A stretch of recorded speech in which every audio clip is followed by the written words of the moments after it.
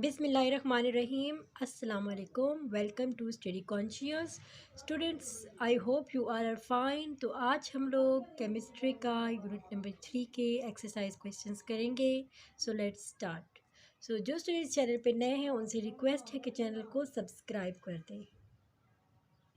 Students, जैसे कि आपको पता है इस चैप्टर के बाकी क्वेश्चन मैं करवा चुकी हूँ। तो आज मैं क्वेश्चन नंबर 5 से स्टार्ट करूँगी। पीछे जितने 4 क्वेश्चन हैं, 3 और 2, ये तमाम क्वेश्चन मैं करवा चुकी हूँ। आप चैनल पे जाके चेकआउट कर सकते हैं। इसके अलावा आप डिस्क्रिप्शन बॉक्स में से उन्हें चेकआउट कर सकते हैं। आज मैं क्वेश्चन नंबर 5 आपको करवाऊँगी। Question number 5 is specify which of the following elements you will expect to have the greatest electron affinity. आपको यहाँ पे दिए गए हैं कुछ एलिमेंट्स S, P और Cl, सल्फ़र, फॉस्फोरस, क्लोरीन।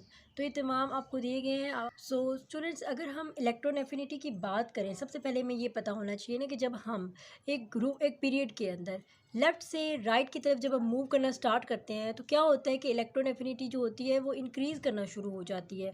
तो जब इलेक्ट्रॉन एफिनिटी इंक्रीज़ करती है तो हम क्या कहेंगे कि कौन सा जो है ग्रुप में जाएँ, पीरियड में जाएँ आप लोग, ठीक है। तो आपको वहाँ पे नज़र आएगा सबसे पहले हमारे पास क्या होता है, सबसे पहले हमारे पास फॉस्फोरस होता है। तो हम इसको अरेंज किस तरह से करेंगे मैं यहाँ पे आपको करके बता देती हूँ। फॉस्फोरस होता है, ठीक है, और फॉस्फोरस की कम होती है सल्फ़र से, ठीक है, और फिर सल्फ़र की कम होती है क्लोरीन से। तो इस तरह से इनकी अरेंजमेंट होती है। Let's see question number 6। Electronic configuration of some elements are given below. Group the elements in pairs that would represent similar chemical properties. Electronic configuration आपको कुछ एलिमेंट्स की दी गई है और आपको कहा गया है कि इनकी ग्रुपिंग करनी है। तो सबसे पहले आप एक चीज़ जान लें कि जब बहुत सारे एलिमेंट्स जो होते हैं वो एक ही ग्रुप के अंदर हों तो उनकी जो केमिकल प्रॉपर्टीज़ होती हैं वो सिमिलर हो जाती हैं, ठीक है। यहाँ पे हम ग्रुपिंग करेंगे, मतलब ये किसके साथ है, ये किस इस तरह से हम अरेंज करेंगे। यानी कि ए जो है वो ए को किसके साथ ग्रुप करना है वो बताना है, ठीक है। बी को किसके साथ ग्रुप करना है इनमें से वो बताना है। इस तरह से ये सोल्व करना है, ठीक है। इस क्वेश्चन के बारे में थोड़ा सा मैं आपको पहले बताना चाहूँगी कि एलिमेंट्स जो होते हैं जिनकी इलेक्ट्रॉनिक कॉन्फ़िगरेशन जो होती है वो आउटर शेल्स में होती है तो उनकी केमिकल प्रॉपर्टीज़ सेम होती हैं, ठीक है। जो मैंने आपको अभी बात बताई है कि एक ही ग्रुप में जब एलिमेंट्स होते हैं तो उनकी केमिकल प्रॉपर्टीज़ सेम होती हैं। सबसे पहले जैसे कि मैं आपको यहाँ पे बता देती हूँ, यहाँ पे हम देख लेते हैं। तो स्टूडेंट्स, ए में अगर हम देखें तो हमारे पास क्या है, इलेक्ट्रॉन्स कितने हैं, 4 हैं, यानी कि 1s2 2s2, ठीक है। यहाँ पे इसका लास्ट जो है वो देखेंगे जैसे कि 2s2 है, ठीक है। इधर से हम किसका लास्ट देख लेते हैं, यहाँ किसके साथ ये हो रहा है, ये हो रहा है H के साथ। H का लास्ट देखिए तो S है, ठीक है। हमारे पास यहाँ पे भी S है और यहाँ पे भी S है और S के ऊपर 2 इलेक्ट्रॉन्स है, वहाँ पे भी 2 इलेक्ट्रॉन्स है। इन चीज़ों को देख के हम कह सकते हैं कि इनकी जो है वो हो जाती है ग्रुपिंग आपस में। A और कंप्लीट हो गया, इसके पास तो 2 इलेक्ट्रॉन्स हैं और इसका डुप्लीट फुल कंप्लीट हो चुका है। तो इसलिए, और इस दूसरी बात ये है कि नोबल गैस है, तो नोबल गैस का इसके साथ कोई लिंक नहीं है, इसलिए हम A को H के साथ ग्रुपिंग करेंगे, क्योंकि मैंने यहाँ पे लिख लिया है, ठीक है।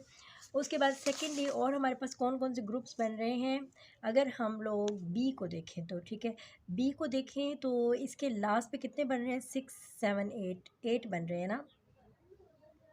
और यहाँ पे ये देखें इसके इलेक्ट्रॉन्स और इसके इलेक्ट्रॉन्स मैच करें तो 6 7 8 बन जाते हैं और लास्ट में डुप्लेट बच जाता है 1s2, ठीक है। ये तो हमारे पास पूरा कंप्लीट हो गया ना, लेकिन बचा क्या, 1s2, यानी कि डुप्लेट इसका रह गया, ठीक है।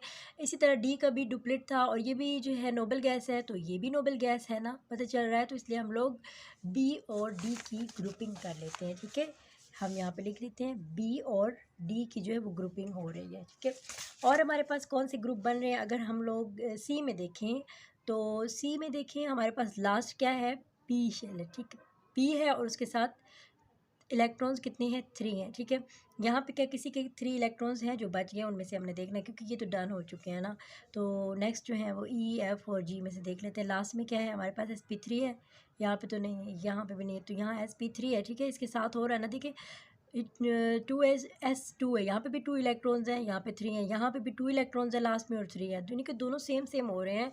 तो हम सी और ई की ग्रुपिंग कर देंगे, सी और ई की। तो उसके बाद हम नेक्स्ट देख लेते हैं, हमारे पास ई भी हो चुका है, अब बचा क्या है, एफ़ और जी। एफ़ को देखें तो लास्ट में एस का है, ठीक है, और जी में भी लास्ट में एस है, ठीक है, और दोनों के पास एक ही इलेक्ट्रॉन है, तो इसका मतलब ये दोनों आपस में ग्रुपिंग कर लेंगे। तो ये हमारे पास कौन से थे, एफ़ और जी। तो स्टूडेंट्स एफ़ और जी जो है वो ग्रुपिंग कर लेंगे। इसके बाद हम लोग क्वेश्चन नंबर 7 की तरफ बढ़ते हैं। क्वेश्चन नंबर 7 कहते हैं arrange the elements in groups and periods in question number 6। अब आपने क्या करना है, यहाँ पे मैंने इसको रफ से सोल्व आउट किया है, मैं आपको डिटेल से करवाती हूँ कि एलिमेंट्स को अपनी इस तरह से अरेंज करना है ग्रुप्स में और पीरियड्स में क्वेश्चन नंबर 6 के अंदर। तो स्टूडेंट्स इस क्वेश्चन में ये कहा गया है जो क्वेश्चन नंबर 6 आपने सोल्व आउट किया है उसको ही आपने जो एलिमेंट्स हैं उनको ग्रुप्स और पीरियड्स में अरेंज करना है। तो इस क्वेश्चन में हमने ये करना है। तो जैसे कि एफ़ और जी जो है वो हमारे पास ग्रुप 1A में बिलोंग करते हैं, तो इसलिए हमने यहाँ पे लिख लिया है। ए और एच जो हैं वो ग्रुप 2A से बिलोंग करते हैं, हमने उधर लिख लिया। और सी और ई जो है ग्रुप 5A से बिलोंग करते हैं, हमने इधर लिख लिया। और पीरियड जो है वो 3 और 4 से किस तरह करते हैं। और डी और बी जो है ग्रुप 8A से और पीरियड जो है वो 2 और 3 से करते हैं। तो आई होप स्टूडेंट्स आपको ये क्वेश्चन इस तरीके से समझ आ गया होगा। बाकी मैंने सारा आपके लिए अरेंज कर दिया है, आपने बस इतना सही लिखना है। Students question number 8 is for normal elements, यानी कि यहाँ पे जो बात की जाएगी वो नॉर्मल एलिमेंट्स की बात की जाएगी। The number of valence electrons of an element is equal to the group number. जो नंबर होता है वैलेंस इलेक्ट्रॉन्स का किसी भी एलिमेंट का वो इक्वल होता है उसके ग्रुप नंबर के, ठीक है। तो find the group number of the following elements. आपको यहाँ पे एल्यूमिनियम, सल्फर, पोटेशियम, ऑक्सीजन, ये आपको एलिमेंट्स दिए गए हैं। उन्होंने कहा है कि आपने इसका ग्रुप नंबर फाइंड करना है।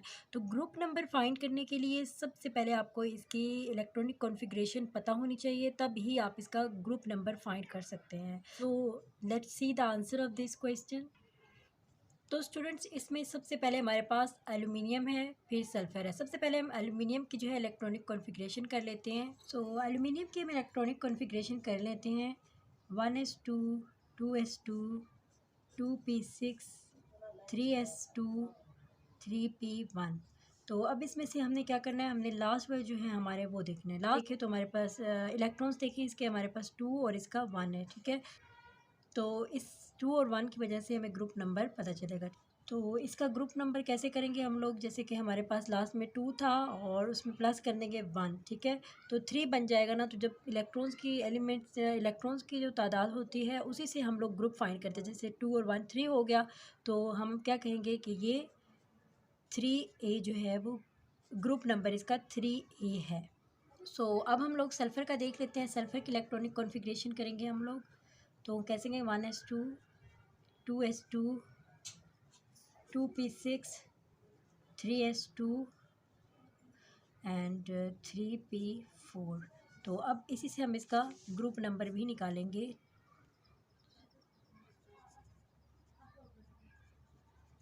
ग्रुप नंबर लास्ट में हमारे पास देखें एस के पास 2 है इलेक्ट्रॉन्स और दूसरा जो हमारे पास क्या है पी के पास 4 है।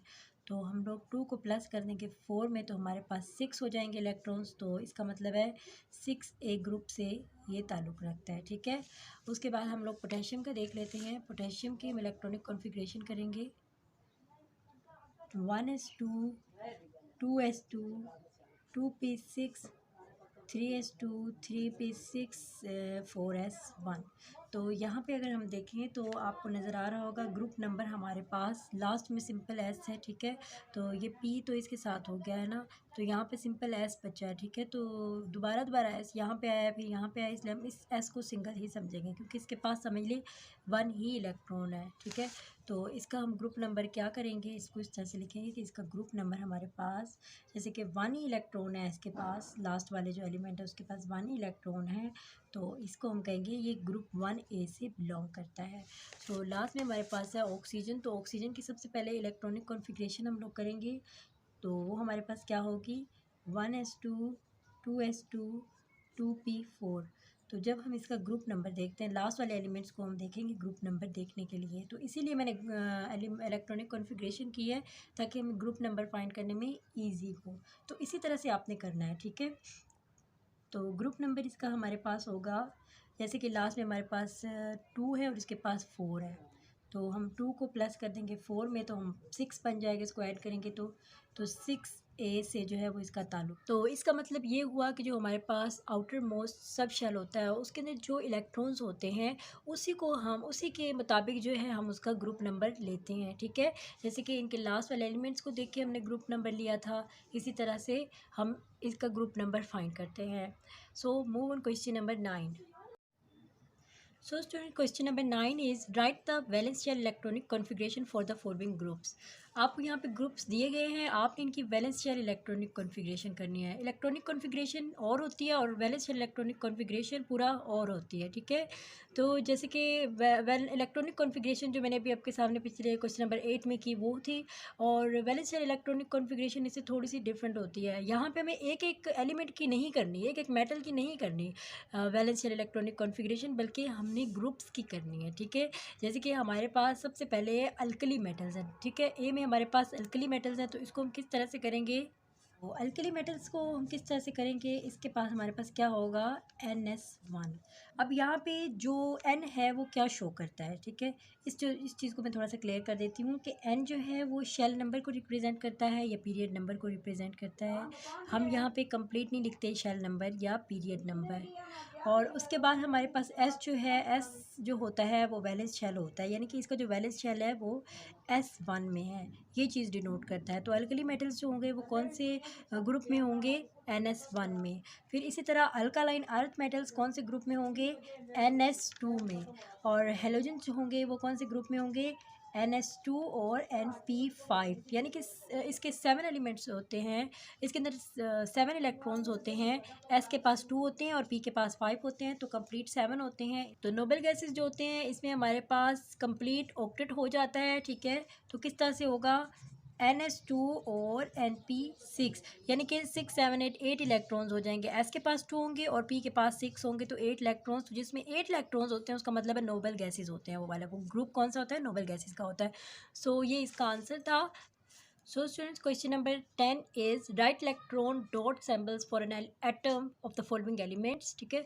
यहाँ पे आपको एलिमेंट्स दिए गए हैं, ठीक है। आपको यहाँ पे एटम्स दिए गए हैं, जैसे कि बेरिलियम है, पोटेशियम, नाइट्रोजन एंड आयोडीन, ये आपके पास एटम्स हैं। अब इलेक्ट्रॉन डॉट सिंबल जो हैं वो आपने इसके लिखने हैं, यानी कि आपने देखना है कि जो उसका आउटर मोस्ट जो शेल है उसके अंदर कितने इलेक्ट्रॉन्स बनते हैं, और उन इलेक्ट्रॉन्स को आपने डॉट की मदद से यहाँ पे शो करवाना है, ठीक है।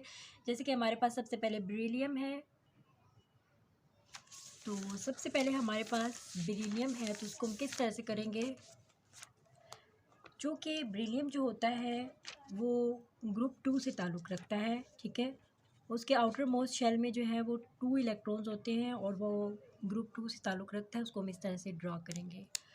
उसके बाद हमारे पास पोटेशियम है, तो पोटेशियम को हम किस तरह से ड्रा करेंगे, पोटेशियम का जो होता है वो एक इलेक्ट्रॉन होता है आउटर मोस्ट शेल में, ठीक है, और वो ग्रुप 1 से ताल्लुक़ रखता है, उसको इस तरह से ड्रा करेंगे।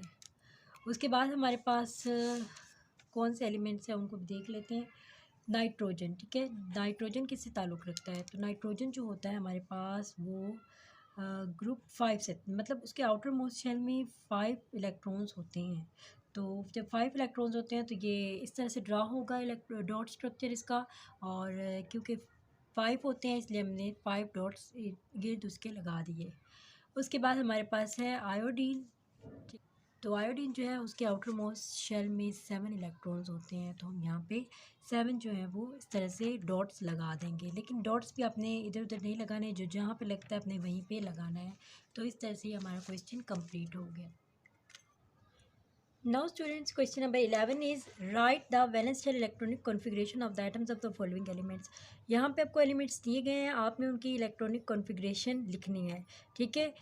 वैलेंस शेल इलेक्ट्रॉनिक कॉन्फ़िगरेशन लिखनी है आपने इन एलिमेंट्स की। तो ए है हमारे पास an element present in period 3 of group 5A। तो दूसरा है हमारे पास an element present in period 2 of group 6A। तो स्टूडेंट्स, इस क्वेश्चन को सोल्व करने के लिए हमारे पास बहुत ही ज़्यादा ट्रिक है क्वेश्चन के अंदर, ठीक। सो स्टूडेंट्स, इसको सोल्व करते हैं। तो जो स्टूडेंट्स चैनल पे नए हैं वो चैनल को सब्सक्राइब कर दें और बेल आइकन को भी प्रेस कर दें।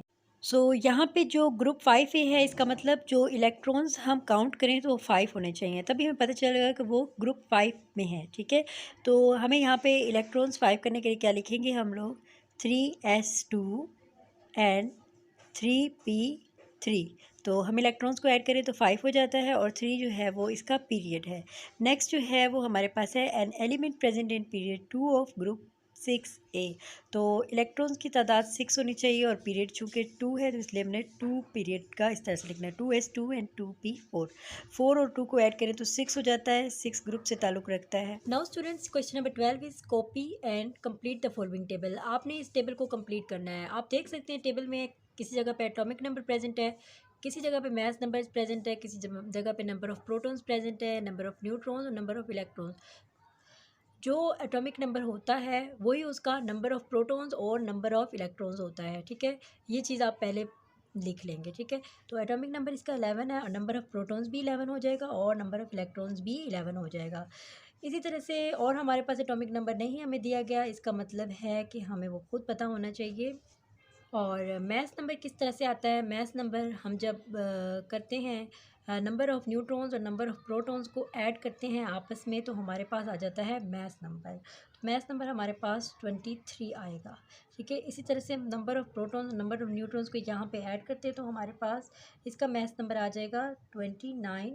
इसी तरह से यहाँ पे हम इसको ऐड नहीं कर सकते क्योंकि यहाँ पे मौजूद नहीं है। और एटॉमिक नंबर जो होगा वो इसका और क्या है, इसका 14 होगा, ठीक है। यहाँ पे क्योंकि नंबर ऑफ़ प्रोटॉन से हमें पता चला कि इसका 14 होगा, तो इस तरह से नंबर ऑफ़ इलेक्ट्रॉन्स पे भी हम 14 लिख देंगे। इसका नंबर ऑफ़ इलेक्ट्रॉन्स दिया गया है, ठीक है, 13 है। तो नंबर ऑफ़ जो प्रोटॉन्स है वो भी हम लिख लेते हैं 13, और इसी से हम लोग एटॉमिक नंबर को भी ले लेंगे 13। अब जो बच गया था वो हमारे पास उसका क्या होगा, उसका हमारे पास होगा 22। तो हम इसका 22 लिख लेते हैं इन तमाम में। तो इस तरह से हमारा टेबल कंप्लीट हो चुका है। So students, question number 13 is, imagine you are standing on the top of neon 20 nucleus, ठीक है। How many kinds of subatomic particles you would see looking down into the nucleus and those you would see looking out from the nucleus. अब आप imagine करें कि आप जो है वो न्यूक्लियस के टॉप पे, न्यून 20 के न्यूक्लियस के टॉप पे खड़े हैं और आप वहाँ से न्यूक्लियस के अंदर देख रहे हैं कि न्यूक्लियस के अंदर जो है, नीचे आप देखें न्यूक्लियस के अंदर जो है वो आप क्या चीज़ फाइंड आउट करते हैं और न्यूक्लियस के बाहर आप क्या चीज़ फाइंड आउट करते हैं। तो इसका आंसर मैंने लिखा है यहाँ पे। अगर हम लोग न्यूक्लियस के अंदर देखें तो न्यूक्लियस के अंदर हम फाइंड करेंगे नंबर ऑफ़ प्रोटॉन्स जो कि 10 होंगे, और दूसरी चीज़ हम फाइंड करेंगे नंबर ऑफ़ न्यूट्रॉन्स, वो भी 10 फाइंड आउट करेंगे। अगर हम लोग न्यूक्लियस से बाहर देखेंगे तो नंबर ऑफ़ इलेक्ट्रॉन्स 10 हमें पता चलेंगे। तो जब हमें पता चलेगा कि नंबर ऑफ़ प्रोटॉन्स जो होते हैं वही नंबर ऑफ़ इलेक्ट्रॉन्स होते हैं। अगर वो 10 प्रोटॉन्स हैं तो 10 ही इलेक्ट्रॉन्स होंगे। और नंबर ऑफ़ न्यूट्रॉन्स 20 में से हमने 10 क्यों माइनस किए हैं या क्यों इनकी ये सिचुएशन की है, तो हमें पता चला था कि नियॉन 20 न्यूक्लियस था, ठीक है। तो उसके पास 20 जो थे वो थे नियॉन के पास। तो 20 की वजह से हमने 20 में से 10 माइनस किए तो हमारे पास 10 जो है वो इसका आंसर आ गया है। Now question number 14 is, chlorine is a reactive element used to disinfect swimming pools. Chlorine जो है वो स्विमिंग पूल्स को डिसइंफेक्ट करने के लिए यूज़ होता है, और ये किससे बना हुआ होता है, दो आइसोटॉप से बना हुआ होता है, एक क्लोरीन 35 और एक क्लोरीन 37। क्योंकि क्लोरीन 35 जो है वो ज़्यादा होता है क्लोरीन 37 से। जो एटॉमिक मास जो होता है वो क्लोरीन का वो 35.5 MU होता है, जो कि किसके इक्वल टू होता है, 35 से कम होता है 37 से।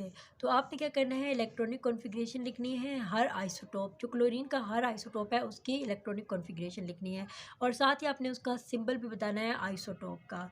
तो एक चीज़ तो तय है, जब आप लोग इनकी करेंगे इलेक्ट्रॉनिक कॉन्फ़िगरेशन तो दोनों की इलेक्ट्रॉनिक कॉन्फ़िगरेशन तो सेम होगी, लेकिन उनके जो सिंबल हैं वो डिफरेंट होंगे। सो हम देख लेते हैं वो कैसे।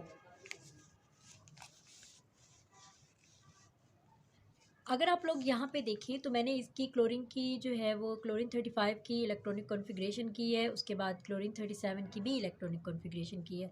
जब हम सैम्पल लगाने पे आए तो हमने क्या किया, क्लोरीन के ऊपर, क्योंकि क्लोरीन के 35 था मैस नंबर, और इस तरह से क्लोरीन 37 का मैस नंबर 37 है और एटॉमिक नंबर 17। आप देख सकते हैं एटॉमिक नंबर दोनों के सेम ही है, जबकि फ़र्क आया है तो सिर्फ और सिर्फ मैस नंबर में है, जिसकी वजह से इनके सैम्पल्स थोड़े से चेंज हो गए होंगे।